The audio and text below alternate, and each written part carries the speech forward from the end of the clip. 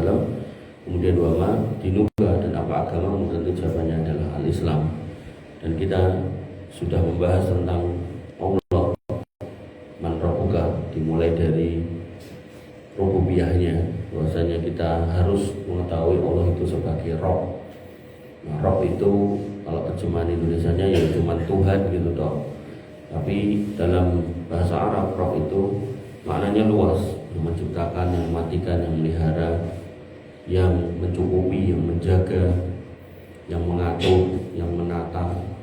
Semua itu rangkaian dari kata Rabb. Makanya ketika kita mengucapkan Alhamdulillahi Rabbil Alamin, maka semua apa yang ada di al-alamin, alam ini, alam semesta ini, itu adalah kuasa Rabb kita, yaitu Allah Subhanahu wa Ta'ala, yang menurunkan hujan, yang menumbuhkan tumbuhan, yang memawan lah pokoknya. Nah, kemudian setelah kita mengetahui Allah itu adalah Rabb kita, maka di tahap berikutnya kita harus tahu Allah itu adalah satu-satunya ilah yang wajib kita sembah. Jadi kita mengakui orang lain punya ilah yang lain. Ilah itu artinya sesembahan yang disembah. Kita akui orang agama ini dan itu menyembah yang lain. Tapi kita hanya menyembah Allah Subhanahu wa Ta'ala. Nah, disembah mereka benar apa orang, Mas? Lah kembali kepada Rabb tadi. Ketika kita sudah mengakui Allah itu satu-satunya Rabb kita, ya kita tidak mengakui kebenaran keberadaan sesembahan itu gitu. Tapi mereka menyembah ilah mereka, kita tahu bedakan ya. Jadi kita nggak menganggap keberadaan ilah mereka dalam artian mengimani, enggak. Tapi kita tahu mereka menyembah yang lain, tapi kita enggak. Makanya makna la ilaha illallah, tidak ada ilah yang berhak disembah, itu dikembalikan kepada kita. Jadi kita menolak sesembahan selain Allah. Jadi kita nyembah itu hanya kepada Allah. Tapi kita tahu orang lain nyembah ilah yang lain. Dan kita tetapkan ilallah, hanya Allah yang kita sembah. Jadi terjemahannya bukan tidak ada Tuhan selain Allah. Ya, tidak ada Tuhan selain Allah, wong dia nyembah liyane kok gitu. Jadi kita melihat orang lain menyembah yang lain, tapi kita nggak ngakoni sebagai sebuah kebenaran. Baik yang dirahmati oleh Allah Subhanahu wa Ta'ala, sehingga definisi dari atau makna atau penjelasan lain dari la ilaha illallah itu la ma'budu bihaqqin illallah. Maka tidak ada yang diibadahi dengan hak, dengan benar, yang berhak disembah selain Allah. Nah, di tahap yang ketiga kita masuk, yaitu tentang al-asma wa sifat. Nah, jadi Allah Subhanahu wa Ta'ala itu memiliki asma, jamak dari ismun, artinya nama. Kemudian sifat, jamak dari sifat, yang artinya sifat. Nah, Allah sebagai Rabb, juga sebagai ilah, itu punya nama-nama dan sifat-sifat. Sebagaimana dengan dinamai satu dengan yang lain secara umum beda namanya. Kalaupun sama, nanti bapaknya mesti beda. Kalaupun sama dan bapaknya sama, mungkin mbahnya beda. Makanya nanti manusia itu dipanggil dengan nama dia sendiri, bin ini, sampai ketemu beda. Misal di absen, kamu maju gitu kan, mau dihisap, nah itu dipanggil fulan, bin fulan, bin fulan, bin fulan, bin fulan, sampai beda. Tapi kalau mau disuruh nama paketok,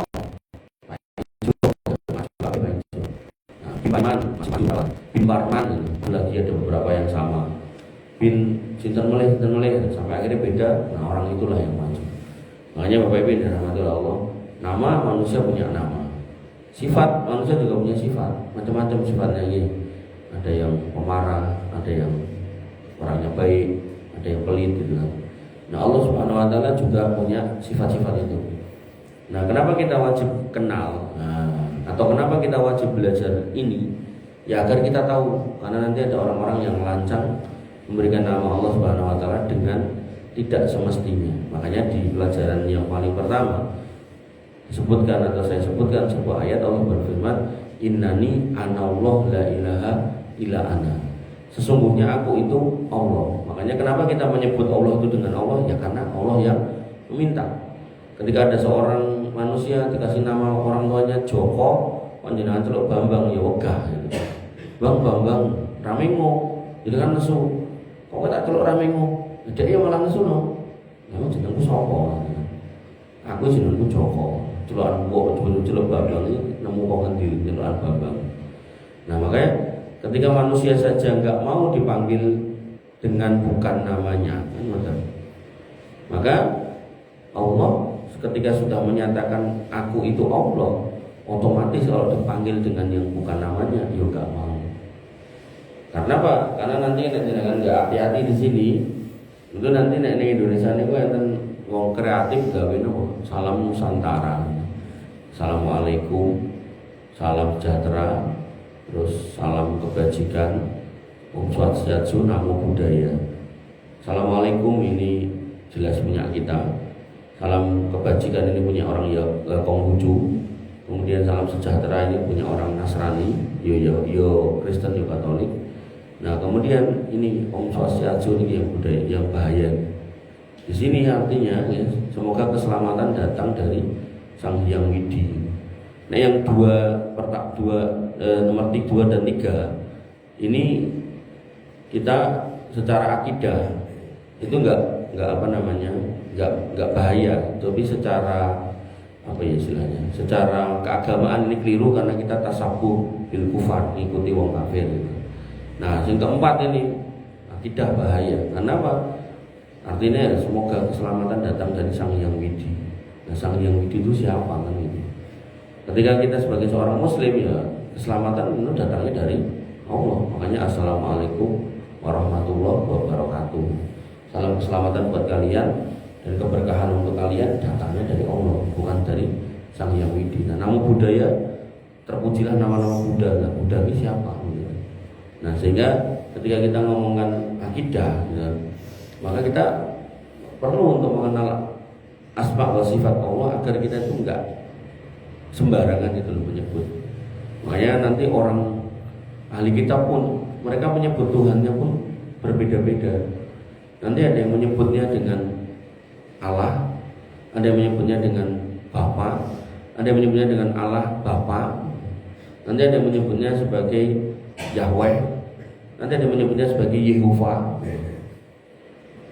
Disitulah kemudian muncul Islam menengahi, dan Allah menyatakan innani ana aku iku Allah. Udah selesai. Makanya Bapak Ibu dirahmati oleh Allah Subhanahu wa taala, ya. Disebutkan dalam Quran surat Al-Bayyinah, lam yakunil ladzina kafaru min ahlil kitab wal musyrikina munfaqina hatta ta'tiyahumul bayyinah. Dulu orang ahli kitab itu tetap berpegang teguh dengan keyakinannya, tidak akan berubah sampai datang Al-Bayyinah, keterangan yang nyata. Apa itu? Rasulun minallah, Rasul dari Allah. Yatlu suhufan mutahharah, yang membacakan kitab yang suci, yaitu lembaran-lembaran yang suci, yaitu Al-Quran. Nah, begitu itu datang, wa tafarraqal ladzina utul kitab illa min ba'di ma ja'atuhumul bayyinah. Mereka berpecah belah.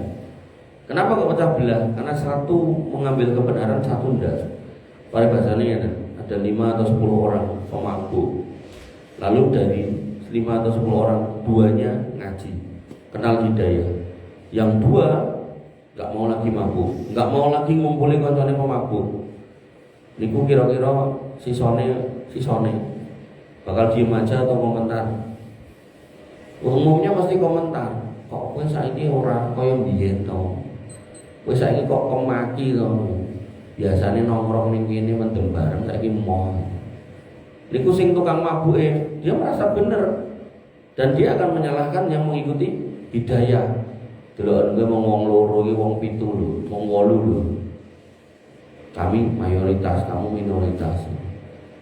Sehingga Bapak Ibu yang dirahmati oleh Allah Subhanahu wa taala, yang namanya hidayah mau enggak mau akhirnya membuat sebagian orang harus meninggalkan masa lalunya, kelompoknya, nek perlu sosok keluarganya.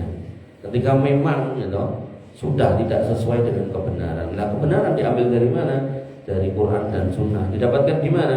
Di rumah, di antara rumah-rumah Allah. Melalui cara apa? Majelis ilmunya tinggi. Makanya jenengan nggak akan menemukan kebenaran di jalan-jalan, Apalagi nek mung ning obrolan jagongan ning angkringan ndak akan ketemu. Bapak Ibu yang dirahmati oleh Allah Subhanahu wa taala. Nah, termasuk bentuk penyimpangan lagi, ada orang yang kemudian lancang lagi mengatakan apa? Muhammad itu kata dia ismun min asma'illah, nama di antara nama-nama Allah.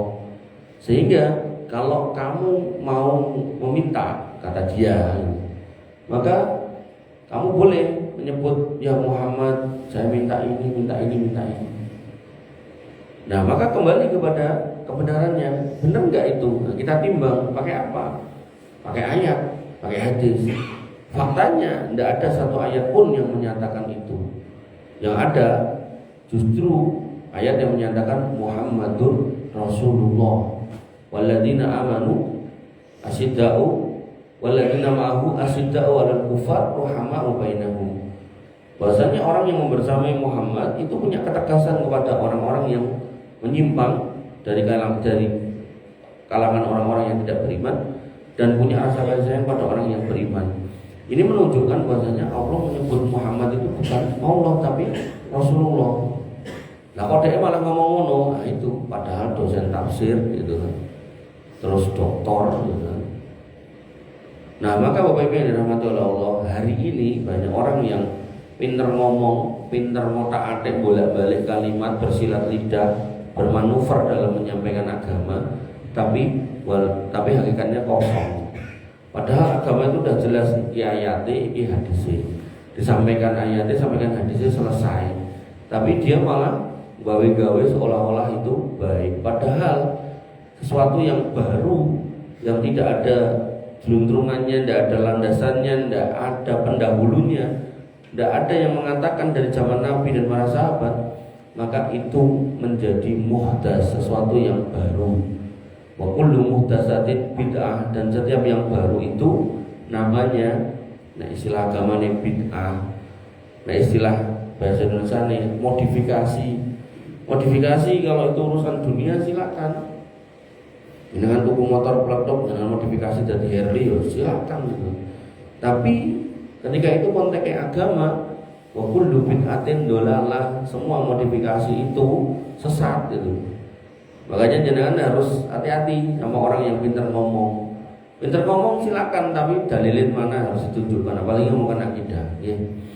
Nah, sehingga yang benar, yang pertama Allah menyebut dirinya dengan Allah, satu. Kemudian yang kedua, Allah mempersilakan kalau jenengan mau memanggil dengan nama yang lain. Nah, tapi ada koridornya. Apa tuh? Walillahil asmaul husna fad'uhu biha. Allah itu punya nama-nama yang baik. Nah, itu yang kita kenal dengan asmaul husna. Fad'uhu biha, kalau mau memanggil, meminta, pakailah itu. Artinya kan jangan ya Allah saya minta ini, minta ini, minta ini. Kemudian nyebutin kuwi terus pengen golek sing liyane atau pengen nyari variasi. Ya silakan. Konteksnya minta rezeki, ya Allah ya Rozak saya minta ini. Konteksnya minta sembuh, ya Allah ya Safi saya minta ini. Konteksnya minta anak, ya Allah saya udah lama nikah nggak punya anak, fa anta khairul warisin. Nah, berarti asmaul husnanya khairul warisin. Sehingga yang namanya asmaul husna itu yang kita tahu kan 99. Tapi ya sebagian ulama, dan saya condong ke situ, itu tidak membatasi di 99. Karena nanti ada ungkapan-ungkapan di luar 99 itu yang mengindikasikan itu adalah panggilan untuk Allah. Contohnya tadi khairul warisin.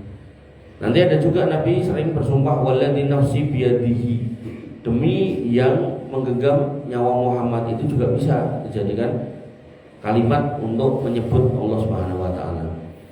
Kemudian nanti dalam kalimat yang lain selain wallahi demi Allah gitu kan. Nanti bisa juga dengan sumpah demi Rabbul Ka'bah, Rabbnya Ka'bah. Berarti itu juga bisa dijadikan sebagai ismun min asma'illah. Artinya asmaul husna itu banyak. Alternatif memanggil Allah dengan kalimat yang lain itu banyak. Ya kok malah gawe sing aneh-aneh tadi, nyebut nama Muhammad SAW itu sebagai nama Allah, sehingga minta ya Muhammad itu nggak syirik katanya. Makanya Bapak Ibu yang dirahmati oleh Allah Subhanahu wa taala, Allah sudah mengantisipasi adanya wong aneh-aneh kayak gitu. Pada kelanjutan ayatnya Allah mengatakan wadarul ladina yulhiduna fi asma'ih, maka hati-hati, jauhi bahkan orang-orang yang menyimpang itu ada, maka jauhilah orang-orang yang menyimpang dalam menyebut nama Allah. Artinya nek jenengan tahu orangnya siapa, niku jenengan diminta oleh Allah menjauhi. Nek ngedohi niku napa ya terus ditonton to, Pak. Mboten ditinggalke. Cara enten majelis rasa dinyangi. Lah ngopo Mas? Karena subhat itu menyambar-nyambar. Kan aku mau memilih yang baik dan benar, meninggalkan yang buruk. Lah nek jenengan punya filternya silakan, tapi nek ndak punya filternya hati-hati. Kadangkala omongan baik kecampur karo omongan jelek. Makanya dalam sebuah kajian itu ibu-ibu sudah sepuh-sepuh ada yang nanya, Mas mau tanya, silakan. Di satu kajian itu saya dikasih tahu sama ustadznya, pripun. Ibu-ibu yang sudah tua, ben rumah tanggane tambah gayeng, tambah anget, tambah rengket. Itu nek misal gairah suami istrinya nggak bisa muncul, maka bisa dimunculkan dengan nonton video porno. Sing ajari Ustaz itu. Saya bilang sama beliau, tenan ngomong ya jangan lagi hadir majelis.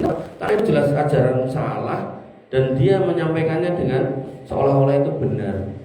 Nek niku nggak dihati-hati, nanti lama-lama dia ngomong macem-macem, jadi racun.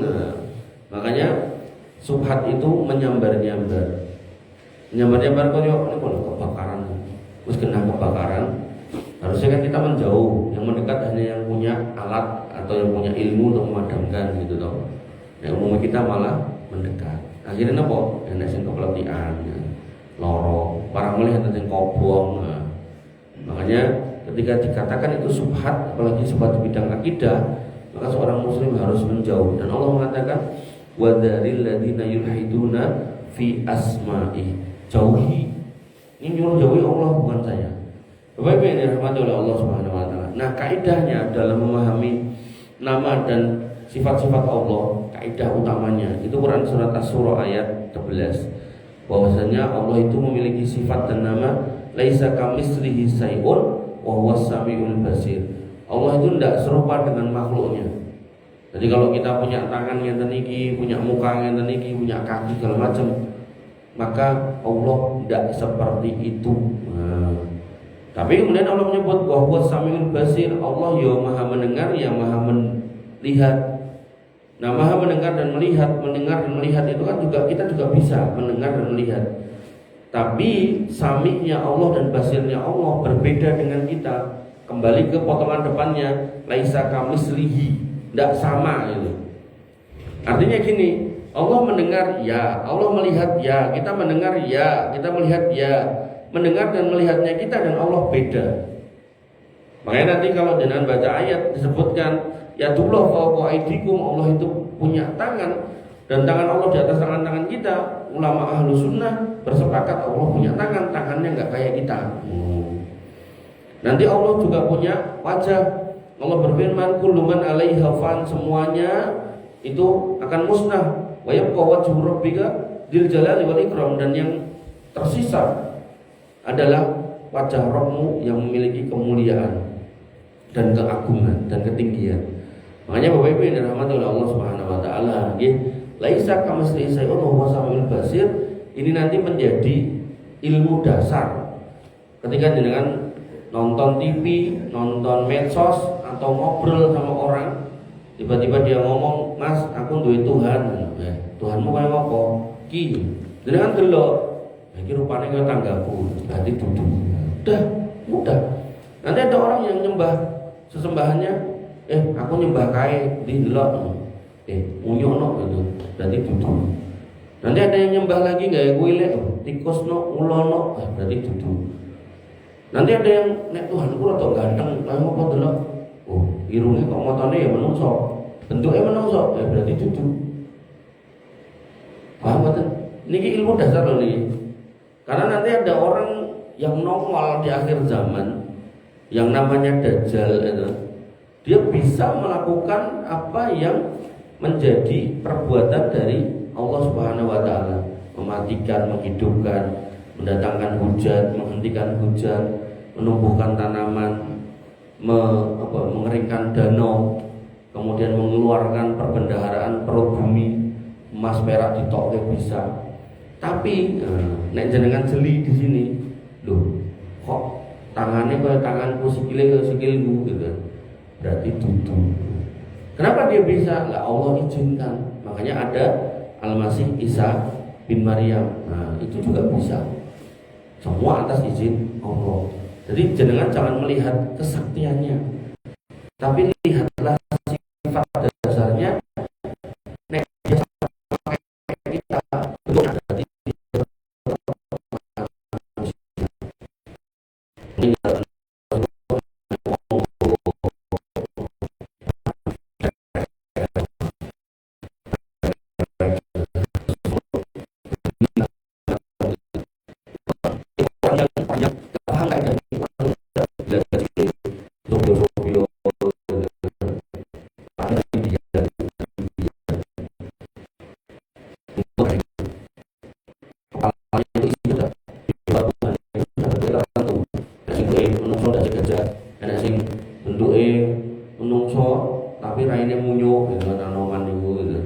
Nah, maka kalau lahir orang dengan keanehan-keanehan ngoten niku, itu langsung dianggap dewa. Nek lahir wong bayi atau bocah gitu kan, irunge rada gede jebobok, jadi dianggap kayak terale gitu. Nah, itu dianggap dewa. Langsung didekek ning satu tempat, golek panggung, kembang segala macam disembah-sembah. Terus mungkin enten wong sing lahir wong gegering niki, bagian belakang niku enten daging tumbuhe sithik sak menten tok nyewer-nyewer ngono. Iki berarti jelmaane Anoman. Nek kita nyebutnya Anoman, mereka enggak tahu namanya apa. Nah, sembah. Parah meleh. Dereng dangun kula ningaline enten bule putih ngoten niku. Niku digalambeni lambene pendetane niku terus kayak korban. Ngono itu sembah luar biasa mengerikan. Nah, maka seorang muslim ketika paham niki, ya, bentuknya menungso, cek doyan sego, gitu kan. Nek luwe jaluk mangan, nek ngantuk turu, alah iki wong. Maka jangan pernah ya menganggap yang seperti itu. Bapak Ibu yang dirahmati oleh Allah. Nah, ternyata wong Islam itu nggih gagal paham terniku. Nanti ada orang supaya aneh-aneh lah, ada orang yang lagi nyebut aku keturunan Nabi, meskipun dilatih sikile banyu isuwe dijikuk gomule macam-macam. Pokoknya ini kaidah dasarnya.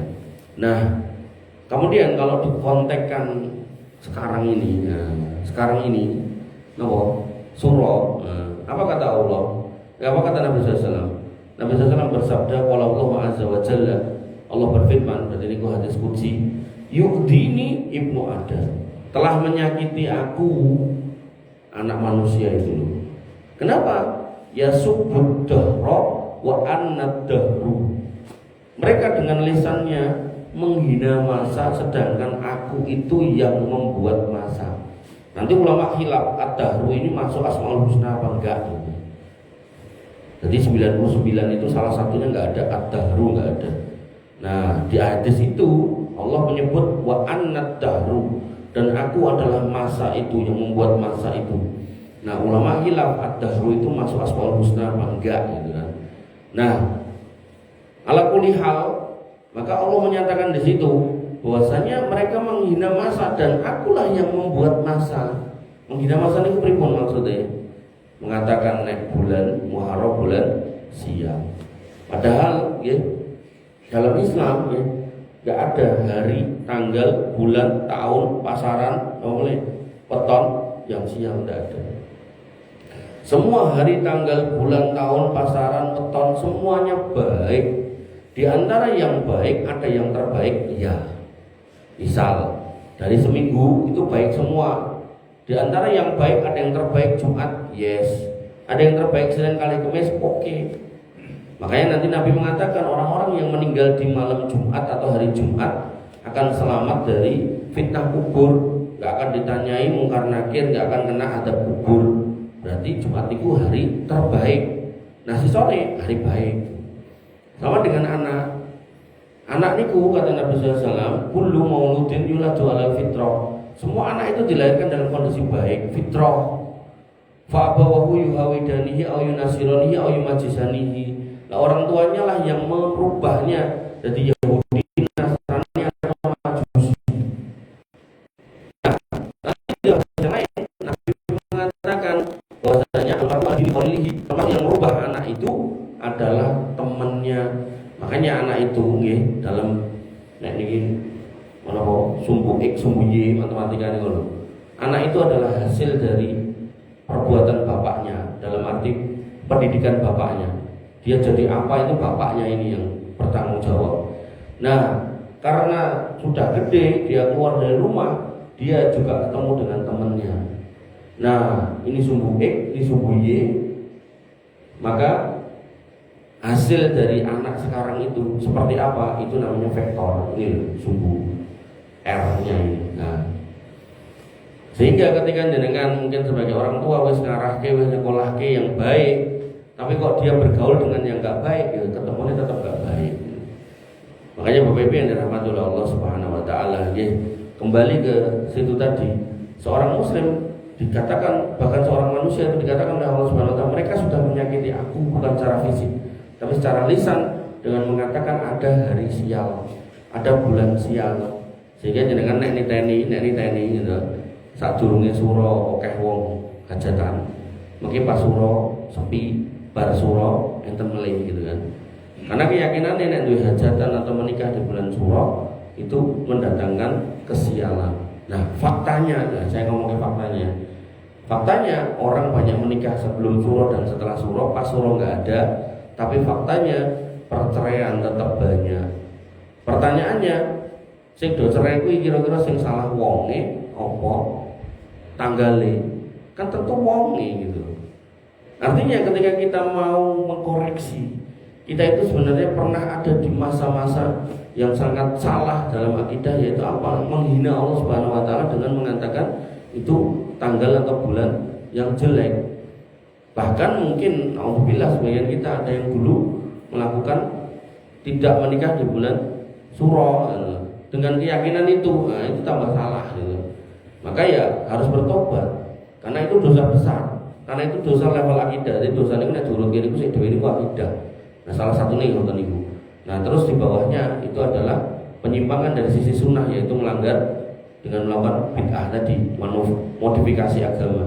Nah, di bawahnya itu baru dosa-dosa besar. Nanti molimo dan seterusnya itu urutan ketiga. Nah, maka kalau kita, orang tua kita pernah punya keyakinan seperti itu, harus bertobat. Nah, salah satu bentuk tobatnya apa? Nanti ya loh, nek punya putra yang masih nom-nom ini, ya, mungkin nek ajeng dinikah, memang nikahnya bulan suro, malah orang ngantri, sepi, gedung ini. Saya ketemu ibu di sekolah. Nah, mereka orang kok ada bukan? Ya, artinya dengan harus menghapus dosa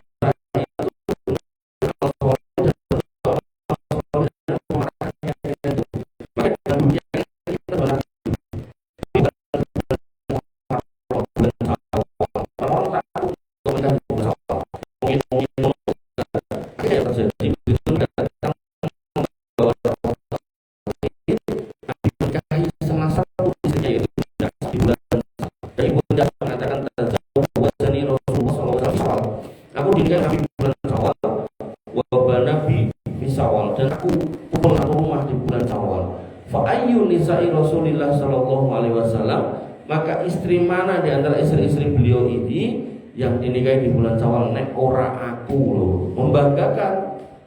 Kenapa dibanggakan? Karena dilakukan untuk mematahkan keyakinan khurafat. Oh, makanya tobatnya orang yang menyimpang dari sisi akidah, ya dia ikut serta dalam membersihkan akidah yang salah itu. Dimulai dari rumahnya, keluarganya, tetangganya, masyarakatnya. Ngoten. Ya, Makanya Bapak Ibu yang dirahmati oleh Allah Subhanahu wa taala adalah yo pas temane, yaitu tentang tauhid al-asma wa sifat. Dan tadi sudah saya jelaskan, Allah menyebut dirinya dengan Allah. Kemudian sisanya Allah membolehkan kita menggunakan yang kita kenal 99, tapi ada tambahan-tambahan yang lain sehingga enggak perlu dibatasi di 99. Cuman tambahan-tambahan yang lain juga jenengan harus merujuk kepada dalil, jangan sampai menyimpang, karena Allah Subhanahu wa taala sudah mewanti-wanti hati-hati sama orang-orang yang menyimpang dalam menyebut nama-nama Allah. Termasuk salah satunya adalah orang-orang yang menghina waktu, menghina masa dengan mengatakan bulan ini, tanggal ini, tahun ini, atau weton ini, atau pasaran ini adalah pasaran sial. Anak sing lahir weton iki ra iso nikah karo weton iki, anak sing lahir urutan siji ra entuk dinikah karo urutan telu, dan seterusnya. Maka yang seperti itu bukan akidah kita, ya, itu tinggalan-tinggalan leluhur-leluhur yang dulu akidahnya tidak Islami. Maka kita punya kewajiban untuk memperbaiki, meluruskan untuk kita dan keturunan kita setelahnya. Nah, makanya Allah mengatakan, ya ayyuhan nas, hai manungsa, ubudu rabbakum alladzi khalaqakum walladzina min qablikum. Sembahlah Allah Rabbmu yang menciptakan kamu dan orang sebelum kamu. Artinya orang sebelum kita itu sudah pernah ada dan sekarang sudah gak ada, dan mungkin sebagian mereka benar, sebagian mereka salah, terus biarin urusannya mereka. Maka sekarang giliran kita, jangan sampai kita salah. Kenapa? Nek kita salah, kita nanti yo pergi, yo mati, yo tanggung jawab sendiri-sendiri. Maka daripada seperti itu, mendingan kita belajar, kita tahu, kita benar, kita berjalan di atas kebenaran. Sehingga nanti kalau kita pergi, kita membawa kebenaran untuk diri kita sendiri, dan kita mewariskan kebenaran untuk mereka